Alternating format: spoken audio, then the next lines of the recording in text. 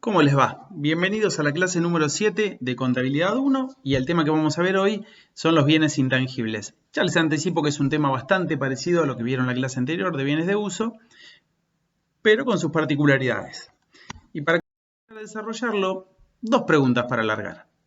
¿Estos alfajores son iguales? Y a ver, yo les veo dos tapas, le veo dulce de leche, le veo baño de chocolate. Hasta ahí podría decir que son iguales, ¿no? Pero seguramente que para ninguno de nosotros es lo mismo un alfajor Jorgito que un alfajor Habana, ¿no? Para empezar, cuestan muy distinto. ¿Y por qué será que cuestan distinto si los dos tienen tapitas, dulce de leche o chocolate? También les puedo preguntar, ¿cuánto creen que valen estas empresas? Zoom, una empresa que hasta hace un mes creo que no la conocíamos la gran mayoría y hoy parece ser indispensable. ¿Valdrá lo mismo o valdrá menos que hace un mes esa empresa? Y Booking, ¿cuánto podrá ganar hoy una empresa que se dedica a vender hoteles que nadie quiere usar? ¿Valdrá igual que hace un mes cuando todos nos queríamos ir de viaje y estábamos buscando por Booking o por Despegar esos hoteles? Bueno, un poco la respuesta a estas dos preguntas es nuestro tema de hoy, aquello que vamos a llamar bienes intangibles. Básicamente, ¿qué decimos cuando hablamos de bienes intangibles? Que es algo que no se ve, pero que le da valor a nuestros activos o a nuestras cosas. Si pienso en los alfajores, y no es lo mismo una marca Habana que una marca Jorgito. Ahora, ¿yo puedo ver esa marca? No. Entonces estoy en presencia de algo intangible, es decir, algo que no se ve. ¿Qué significa intangible? Que no se toca, no lo puedo tocar, pero existe y claramente tiene un valor. Lo mismo cuando yo hablo de valores de empresas, Zoom, Booking, WhatsApp, Despegar, y la verdad es que, ¿de dónde surge el valor? ¿De las estanterías del local? No. Zoom debe tener hoy los mismos inmuebles, las mismas estanterías, los mismos edificios o las mismas mercaderías que tenía hace un mes. Pero hoy seguramente vale más. Y lo vale por alguna otra cosa que no soy capaz de ver, por alguna otra cosa intangible, que es lo que hace que hoy su valor sea mayor. Justamente en este tema es donde nos vamos a meter hoy. Bienes intangibles. Y como todo tema, hay que comenzar por saber de qué estamos hablando. Entonces vamos a decir que los bienes intangibles son aquellos representativos de franquicias, privilegios u otros similares que no son bienes tangibles ni derechos contra terceros y que expresan un valor cuya existencia depende de la posibilidad de producir ingresos. A ver, si desmenuzamos un poco esta definición. Lo obvio no son bienes tangibles, ¿sí? No los puedo ver, no los puedo tocar, no tienen un cuerpo. Pero también me los está distinguiendo de otros bienes que tampoco puedo ver ni tocar, como son por ejemplo los créditos. Aquellos que habíamos visto cuando decíamos que vendíamos a crédito y tenía un deudor por venta. Bueno, esta definición me está diciendo que no se puede ver, pero que tampoco es un derecho contra terceros, tampoco es un crédito. Y la gran esencia de esta definición es el final, cuando dice que se refiere a bienes cuya existencia depende de la posibilidad futura de generar ingresos. Este bien existe como tal porque me va a permitir producir ingresos en el futuro. Por ejemplo, si yo soy Habana, voy a poder vender mis alfajores más caro que si soy Jorgelín, y eso me va a permitir obtener ingresos en el futuro. Si soy Zoom, voy a poder vender mi herramienta, mi sistema de videoconferencias en este marco de pandemia, y seguramente voy a producir ingresos por tener esa marca, ese desarrollo, cosas que no puedo ver. ¿Sí? Entonces así vamos llegando a la primera aproximación de los bienes intangibles, quedándonos con dos ideas. Me interesa que se queden de esta definición con dos ideas. La primera, no se pueden ver. Cosa obvia, ¿no? Pero está ahí la gran diferencia justamente con los bienes de uso. Van a ver que hay muchas cosas en común entre los bienes de uso y los bienes intangibles, tanto que algunos autores hasta tienden a unirlos y a tratarlos como un tema, pero la diferencia básica entre unos y otros claramente está en la posibilidad de verlos, de tocarlos o no en el caso de los intangibles. Segunda gran idea que quiero que se queden acá, que el valor de estos bienes depende pura y exclusivamente de su capacidad de producir ingresos futuros. Si no existe esa posibilidad, ya no estamos ante bienes intangibles. ¿Cuáles son las características entonces de aquellos bienes que queremos agrupar bajo este nombre? Primero, que son inmateriales, ¿sí? Ya lo dijimos, no los puedo ver, no los puedo tocar. La segunda característica, tienen valor de uso. ¿Recuerdan allá la clase 1 cuando hablábamos de los activos y decíamos que los activos tenían valor de cambio o valor de uso? Si me refería a las mercaderías, tenían valor de cambio porque me van a permitir obtener ingresos en la medida en que yo las venda, las comercialice, las cambie. En cambio, si hablo de bienes que voy a utilizar en mi actividad, tienen valor para mí no por su posibilidad de darme dinero al venderlos, sino por su capacidad de generarme un uso que yo pueda hacer. Si hablaba de bienes de uso, lo que vieron en la clase pasada, una estantería, que la poníamos en muebles y útiles, y bueno, es importante para mí porque me permite usarla.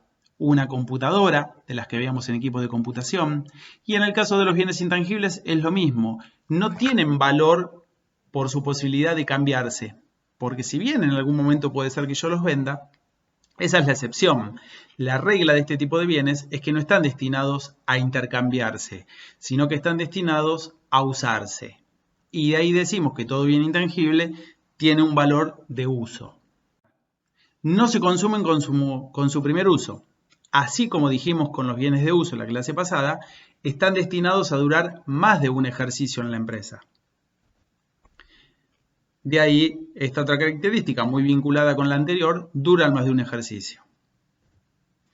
Y finalmente, y acá la gran diferenciación junto con la de que son inmateriales, es que su uso genera ingresos futuros o ahorro de costos.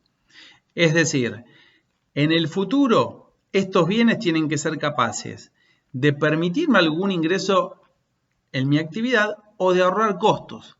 En cualquiera de los dos casos me están dando una mayor rentabilidad. Yo puedo ganar más porque tengo más ingresos o puedo ganar más porque gasto menos. Son las dos variantes en las cuales estos bienes intangibles tienen valor para la empresa y es uno de los requisitos necesarios para su existencia. ¿Se acuerdan como lo mencionamos en la definición recién? Sigamos recordando. ¿Se acuerdan allá por la clase 1 que hablábamos de que para exista un activo era necesario que se den determinadas características? Y básicamente hablábamos de dos. ¿Cuáles eran esas características? Tenía que haber un beneficio económico, si ese bien tenía que ser capaz de generar un beneficio económico, y si yo decía que era el dueño, tenía que ser capaz de controlar ese beneficio que el bien producía. La segunda característica era que tenía que haber ocurrido un hecho en el pasado que me permitiera controlar a esos beneficios. Bien, ¿cómo les parece que va a ser esto en un bien intangible? Y es algo que ya estuvimos mencionando en una de las filminas anteriores. Básicamente, los beneficios que pueden generar este tipo de bienes tienen dos formas: mediante ahorro de costos o mediante su capacidad de generar ingresos. ¿Qué es el ahorro de costos? Bueno, me permiten hacer de manera más eficiente algo y por lo tanto en el futuro voy a obtener un ahorro de costos que me permite una mayor rentabilidad. Si gasto menos, gano más. La otra manera, la que llamamos la capacidad de generar ingresos, ya no tiene que ver con cuánto gasto o qué tan eficiente soy para hacer algo, sino que va a tener que ver con la posibilidad de obtener más ingresos. Estoy ante un bien que me permite generar más ingresos. Pongamos unos ejemplos para ver si aclaramos un poco estas ideas. Ahorro de costos. ¿Es lo mismo para cualquiera de ustedes trabajar con un Excel o pretender hacer una planilla a mano en una hoja de papel con una virome? Seguramente que no. Y seguramente que usar Excel les va a permitir que la planilla sea más trabajada, que tenga más columnas, más cálculos, más filas, más colores. Seguramente van a poder hacer mucho más. Bien, lo mismo pasa en una empresa. Una empresa utiliza muchísimos sistemas de gestión. Lo puede usar el área contable, por ejemplo. Nosotros les enseñamos a hacer asientos y esos asientos ustedes los hacen anotando en sus cuadernos o en sus carpetas en lo que sería el libro diario de la empresa. Cuando eso se traslada a una empresa, no se hace a mano, sino que se hace mediante un sistema de gestión, un sistema contable, donde ya están predefinidas las maneras de cargarse los asientos del libro diario y automáticamente me va a generar los libros mayores o el balance de sumas y saldos. Se imaginan que si eso pasa solo, las chances de error son muchas menos, las chances de información a procesar son muchas más, y así el trabajo del contador se va a volver mucho más eficiente. Bien, entonces podemos tener un estudio contable que decide invertir en un software. Va a ser un bien intangible porque no lo vamos a ver, más allá de que nos den un CD para instalarlo o un pendrive, es un intangible ese software. ¿Y para qué el estudio contable invierte en él? Para ahorrar tiempo futuro. Voy a precisar menos personas en mi estudio contable para hacer las mismas tareas que si yo pretendiera llevar los libros diarios escritos a virome. ¿Se entiende? La otra forma en la que un bien intangible puede generar un beneficio económico es permitiéndome más ingresos. Y acá un ejemplo puede ser el contrato como licenciatario para explicar una marca comercial exitosa. Por ejemplo, yo puedo querer vender hamburguesas y entonces tengo dos posibilidades. Una es poner un local propio con una marca que la gente no conoce y vender combos de hamburguesa con papa frita. O la otra es tratar de tener una franquicia de McDonald's. Entonces yo la abriría en cualquier lugar, pero ya tengo garantizado que mucha gente va a venir. ¿Y por qué va a venir esa gente? Y porque va a venir a McDonald's. No importa si el dueño del negocio soy yo, sino que esa marca, esa presencia que tiene la marca en el mercado, me va a permitir muchos consumidores el día 1, porque la gente va a ver el cartel de McDonald's y automáticamente va a venir a consumir a mi local. Eso que llamamos marca, y que también es un intangible porque tampoco la vemos, me pueden decir, veo el cartel en la puerta que dice McDonald's. Tienen razón, la marca está representada en un logo o en una palabra que yo la tengo que exhibir. Pero no está ahí el valor de la marca, o no es ese cartel la marca. Así que nuevamente estamos ante un caso de intangible con un beneficio económico muy claro y es su capacidad de generar ingresos por encima de aquella hamburguesería que yo podría poner y que tendría una marca desconocida para el consumidor. Yo tendría que hacer todo un camino para ver si mi marca se llega a volver conocida y eso me permite generar ingresos. Si pensamos de nuevo en aquellas primeras clases, ¿se acuerdan que decíamos? Algo para ser activo tiene que reunir ciertas características y son estas. Pero no todo activo es susceptible de ser registrado contablemente. ¿Se acuerdan? Que decíamos que solo algunos iban a ser registrados contablemente. ¿Y cuáles eran? Eran aquellos que tenían la posibilidad de tener un valor y que ese valor podía ser medido de manera objetiva y fiable.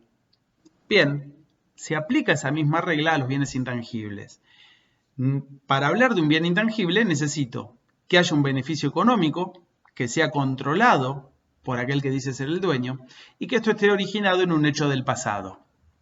Pero si luego lo quiero registrar, tengo que ser capaz de encontrar un valor objetivo y fiable en términos monetarios que me permita registrarlo.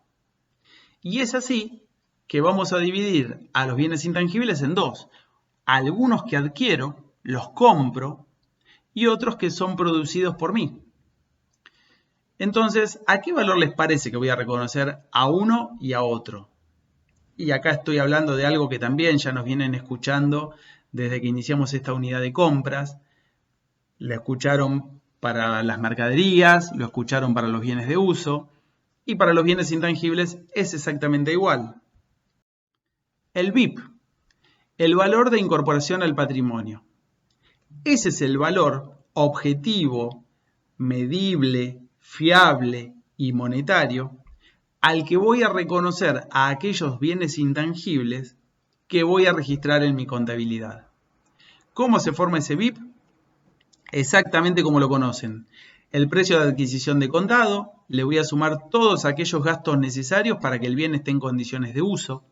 Acá remarco uso. Estamos hablando de bienes destinados a usarse.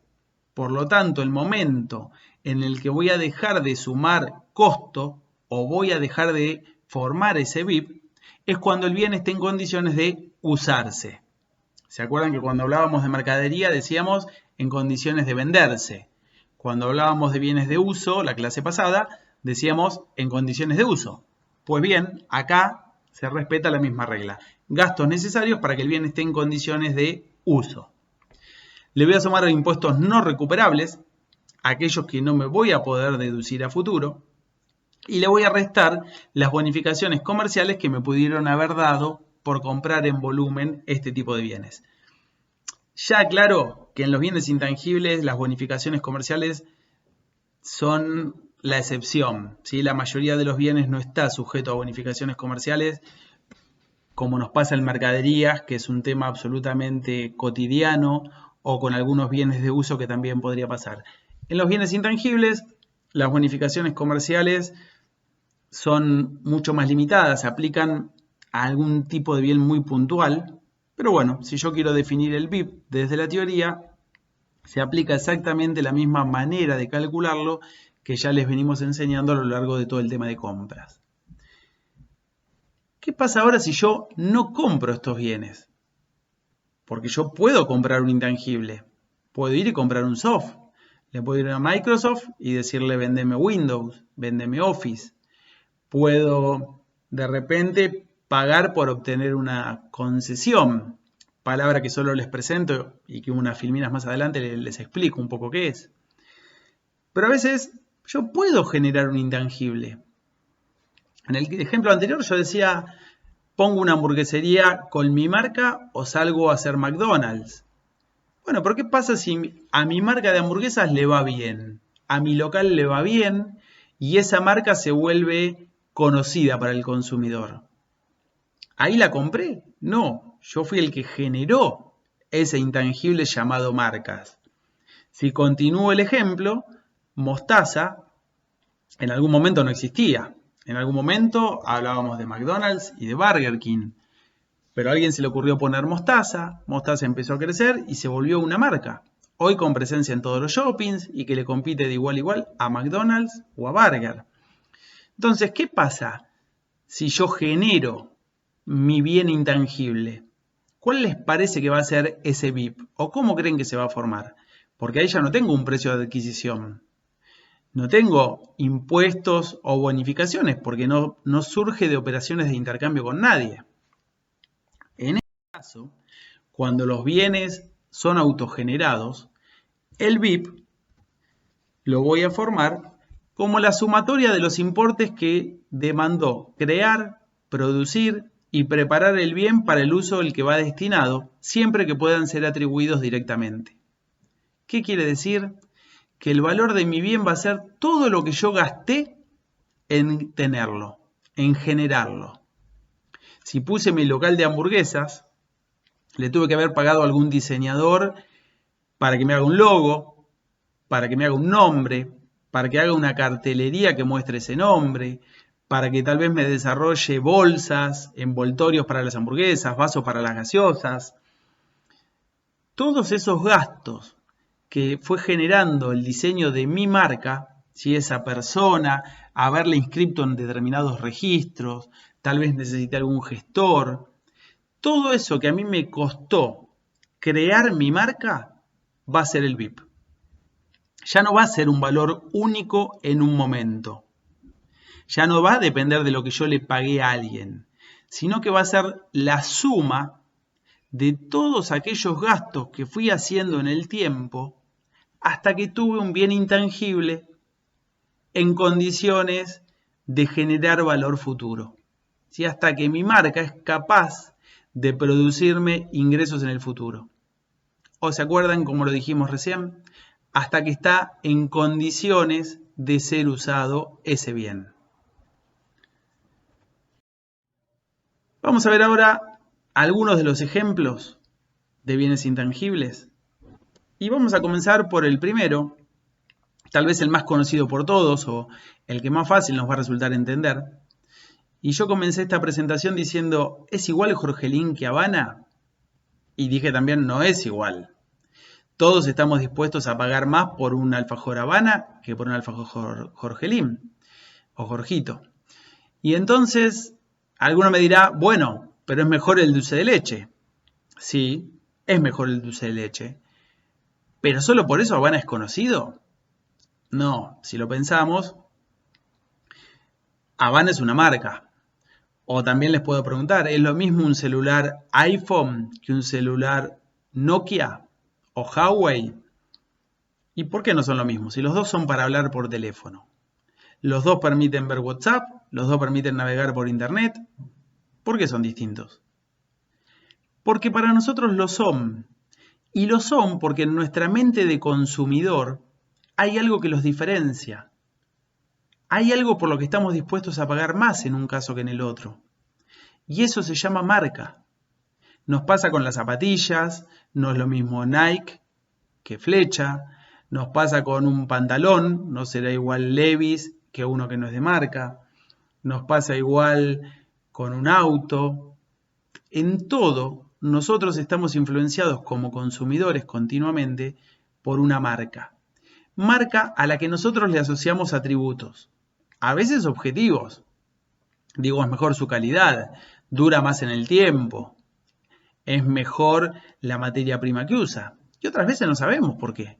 Simplemente la tenemos como mejor marca y estamos dispuestos a pagar más por ella. Pero eso que nosotros conocemos hasta el día de hoy, y no tal vez no tenemos la definición de por qué ocurre, simplemente sabemos qué pasa, en contabilidad es el ejemplo o uno de los ejemplos típicos de bienes intangibles. ¿Qué es una marca?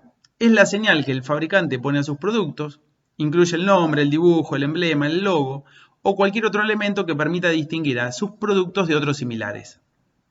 Pues bien, señores, primer ejemplo de bienes intangibles, una marca. ¿La veo? No, como dijimos recién, puedo ver el cartel, pero la esencia de la marca no está en el cartel que yo veo. La esencia de la marca está en todo lo que significa para mí, en la calidad que yo le atribuyo a ese producto. Esa marca es un activo intangible que bien puedo haberlo adquirido. Tal vez yo fabricaba zapatillas y de repente tuve la posibilidad un día de comprar Nike, compré Nike y le empecé a poner esa marca a mis zapatillas. O tal vez yo tuve zapatillas que en algún momento se volvieron tan conocidas que se transformaron en una marca. Las Crocs. ¿Existían las Crocs hace 10 años? No. Pero de repente aparecieron y se constituyó en una marca.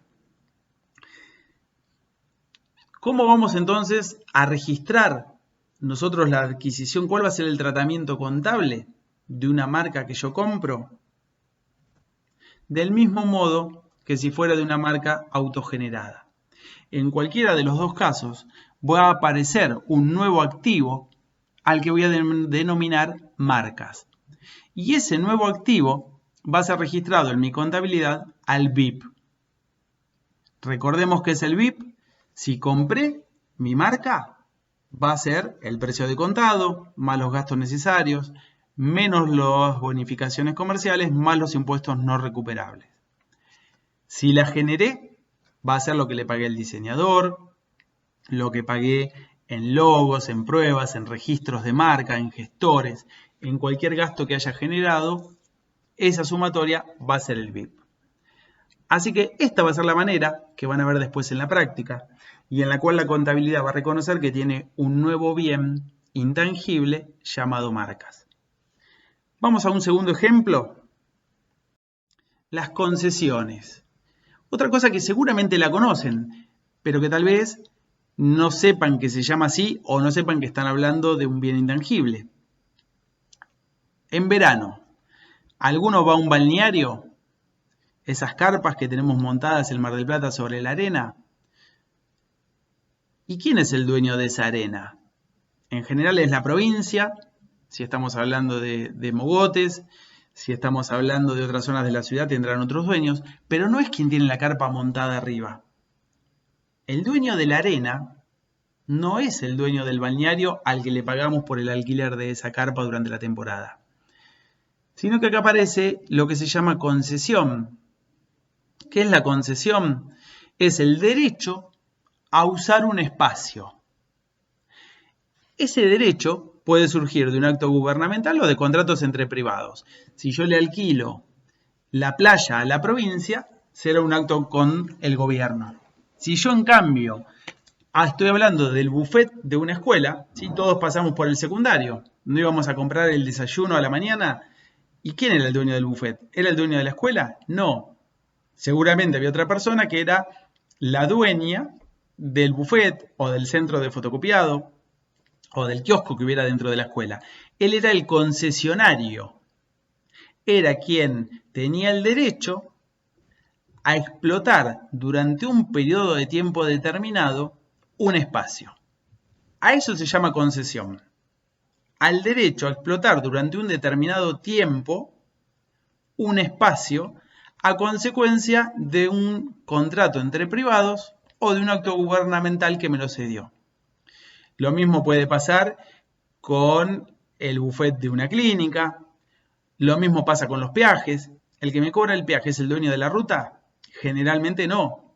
El dueño de la ruta es el Estado, provincial o nacional, pero me da a mi empresa de peaje el derecho a cobrar a cada auto que pasa una suma a cambio de realizar obras o de pagarle un canon a ese dueño de la ruta.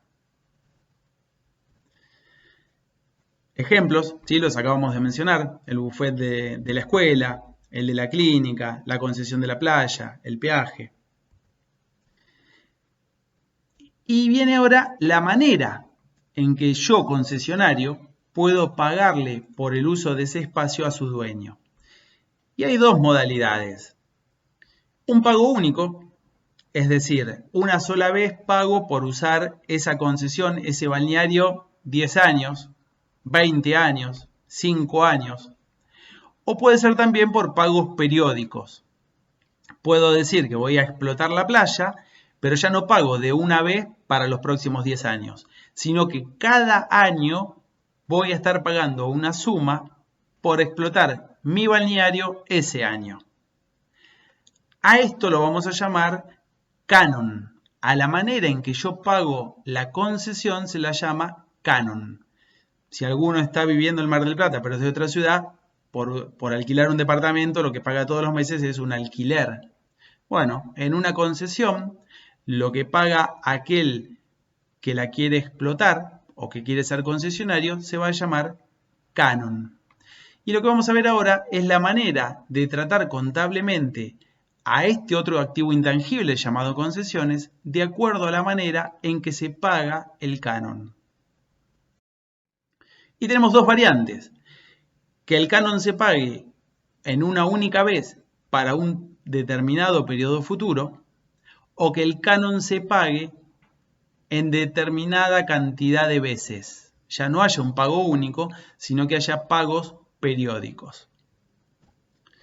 Si lo pago de una vez, voy a utilizar un activo para registrar esta situación que se va a llamar concesiones, activo intangible. Y voy a indicar en la contabilidad el BIP como su valor. ¿Sí? ¿Qué es el BIP? Ya lo repetimos, es el mismo BIP del que venimos hablando siempre. Va a haber una sola registración de este tipo por todo el tiempo que dure la concesión, porque estamos hablando de un pago único. Entonces no importa si voy a explotar mi balneario 10 años, la registración va a ser una vez al momento inicial en el que yo esté obligado a hacer ese pago único. Segunda posibilidad que nos podemos encontrar y que tenemos que resolver, como la vamos a tratar desde la contablemente, es cuando ya no hay un único pago para todo ese periodo futuro, sino que va a haber diferentes momentos en los que voy a pagar ese canon. Puede ser anual, mensual, bimestral. Hay determinada cantidad de veces en las cuales voy a pagar. Por el otro lado, no estoy comprando el derecho a explotar ese espacio durante más de un año. ¿Y se acuerdan cuáles eran las características de intangibles? Decíamos que una es que tiene que durar más de un año. Bueno, cuando estamos ante caso de pagos periódicos, yo no estoy adquiriendo el derecho a más de un año, por lo tanto ya no tengo un intangible, hay una característica que no se cumple. ¿Puede durar más de un ejercicio? Sí, porque tal vez ocupa una cantidad de meses de este, una cantidad de meses del otro, pero no dura más de un año. Entonces, ya no puedo hablar de un activo, sino que de lo que voy a hablar es de un resultado.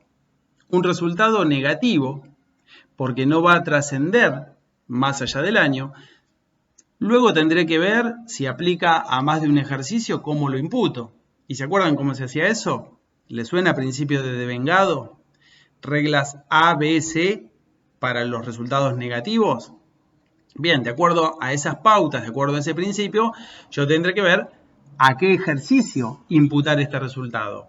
Pero lo que quiero dejar claro es que ya no hablamos de un activo intangible, sino que cuando la manera de pagarlo es en forma periódica y ese derecho que estoy logrando no supera un año, estoy hablando de un resultado. A ese resultado lo voy a reconocer en una cuenta que, por ejemplo, puede ser canon anual concesiones. La palabra anual obviamente dependerá del canon que yo estoy pagando. Y esta registración se va a repetir tantas veces como pagos haga.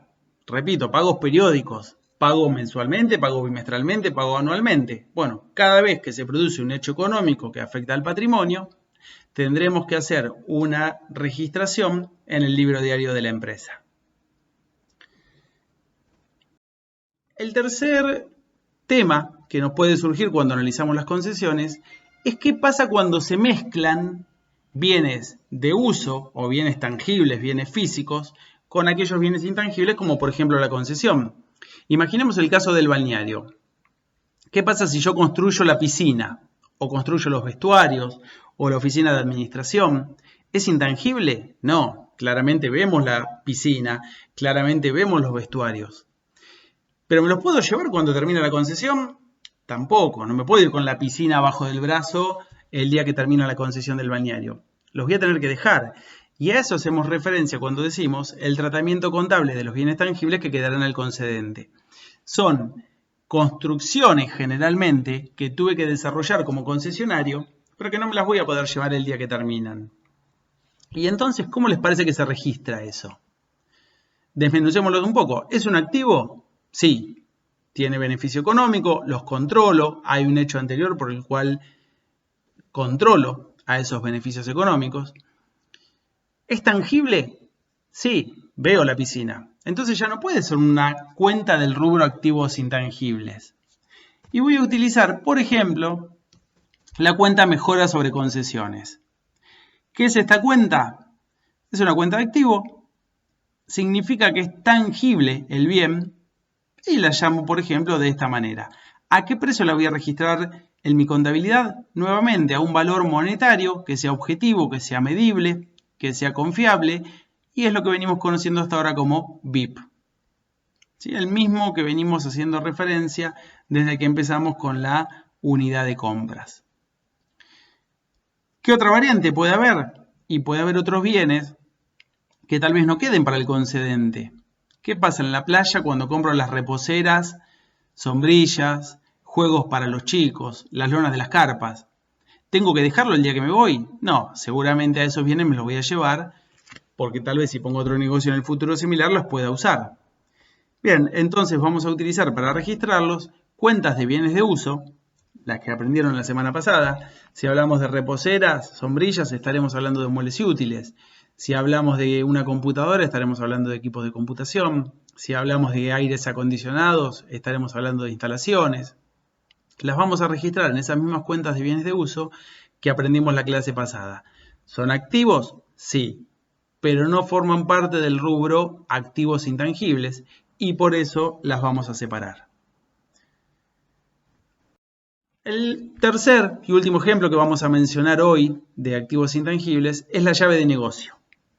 Acá sí creo que la mayoría no debe haber escuchado nunca la palabra, pero me parece que le va a ser fácil entenderla cuando la mencionemos o cuando la expliquemos un poco. Habíamos dicho hoy que si yo quería la hamburguesería y quería tener clientes del día 1, tal vez me convenía hacer McDonald's que empezar con mi marca de cero. Y ahí hablábamos de marca.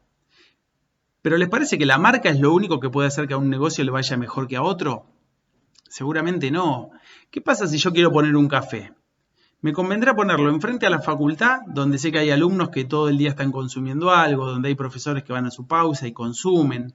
¿O me convendrá a 10 cuadras del complejo universitario? Seguramente estar enfrente me va a permitir que a mi negocio le vaya mejor, porque voy a tener más clientela, voy a estar en una mejor ubicación. Y también puede pasar que esos empleados ya saben hacer mejor las cosas, porque las vienen haciendo hace tanto tiempo que ya saben cómo hacerlas. También conocen a los clientes, los tratan mejor, saben qué quiere consumir cada uno. Puede pasar también que ese negocio ya tenga identificado a proveedores que vendan más barato, que vendan cosas de mejor calidad. Esa suma de factores, ubicación, marca, empleados que hacen mejor las cosas, proveedores ya seleccionados, know-how, como se le dice a la manera de hacer las cosas y a ese conocimiento sobre cómo hacer las cosas, es lo que definimos como fondo de comercio. Y la llave de negocios es justamente esa posibilidad o capacidad de la empresa de obtener ganancias mayores a las normales. Dicho de otra manera, yo siento que si compro ese café que está frente a la facultad, ya tengo un camino ganado. Voy a tener cosas resueltas y me va a permitir obtener mayores ganancias que si lo quiero poner de cero a 15 cuadras del complejo universitario. Pero bien, el que me lo vende también sabe eso. Y como lo sabe, me va a querer cobrar. Me va a querer de alguna forma recuperar eso que él invirtió en tener una mejor ubicación, en entrenar a sus empleados, en elegir a los proveedores, en lograr mantener a esa clientela. Y de ahí viene la llave de negocio y cómo se origina. Se origina cuando se adquiere un negocio que está en funcionamiento. Esto es fundamental. Para hablar de llave de negocio tengo que comprar algo que está en funcionamiento, ¿sí? Porque yo estoy valorando aspectos que tiene un negocio en funcionamiento. Ubicación, clientela, proveedores, empleados, manera de hacer las cosas. Y la diferencia entre la suma que yo pago y el valor de libros de eso que estoy comprando va a ser la llave de negocio, ejemplo del rubro bienes intangibles. ¿Qué es el valor de libros? Es lo que ustedes ya saben hasta ahora. ¿Cuánto vale un activo? El VIP. Si hablábamos de mercaderías, lo que le había pagado a mi proveedor, más los gastos necesarios, menos impuestos, más los impuestos no recuperables, menos las bonificaciones comerciales. Si hablábamos de bienes de uso, lo mismo. Y del otro lado yo puedo tener deudas. Le puedo deber a mi proveedor de mercaderías esas mercaderías que estoy vendiendo. Y ese valor estará reconocido en el pasivo. Proveedores, llamábamos. Puedo estar debiendo a la computadora que lo estoy vendiendo. Y va a estar en la cuenta acreedores varios. Bien, cuando yo, comprador, sumo los activos que estoy comprando y resto los pasivos que me voy a tener que hacer cargo a partir de este momento, llego a un valor de libros. Pero si estoy dispuesto a comprar todo ese conjunto de cosas a un valor mayor del valor en libros, ahí va a haber una llave de negocio. Cuando la suma que se paga por lo que se adquiere es mayor al importe que surge de restarle a los activos los pasivos que tengo que asumir. ¿Y por qué hago esto? Por lo que ya estuvimos diciendo, porque para mí es conveniente comprar factores como la ubicación geográfica, la clientela, los proveedores, el know-how o la experiencia del personal. Supongo que si adquiero ese negocio funcionando, me voy a obtener utilidades mayores a las normales, como si tuviera que poner el negocio de cero a cada 15 cuadras. Voy a registrar contablemente esto en varias cuentas. Voy a indicar cada uno de los activos que compro. Las mercaderías irán a esa cuenta de activo que llamamos mercaderías. Las mesas y las sillas irán a muebles y útiles. La computadora irá a equipos de computación. Voy a reconocer alguna deuda que puede estar asumiendo. Si debo las mercaderías, irán a proveedores. Si debo la computadora, a acreedores varios. Voy a indicar de qué manera estoy pagando ese fondo de comercio que adquiero.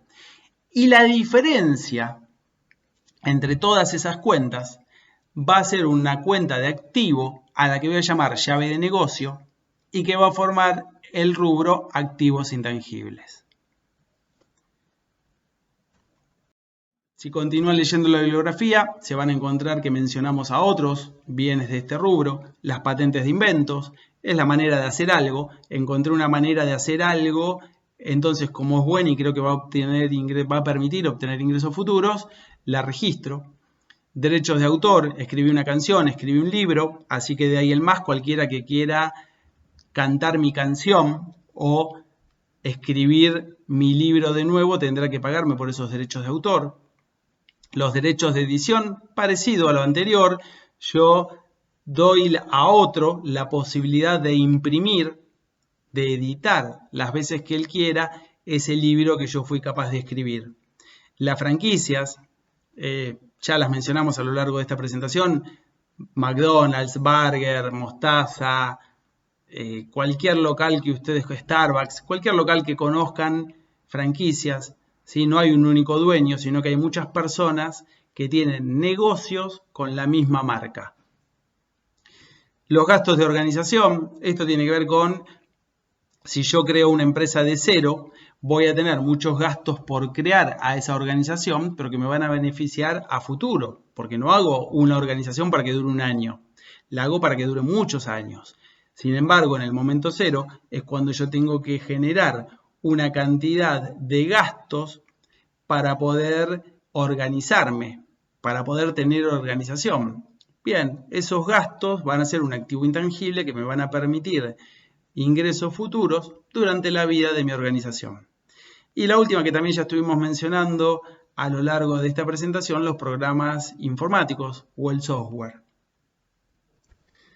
Gracias finalmente por haber llegado hasta acá y como decimos siempre, recuerden que tienen el campus para consultas de lo que no se haya entendido, tienen también todas las publicaciones que vamos haciendo ahí y esta es una ayuda para leer la bibliografía, pero inevitablemente hay que leer la bibliografía.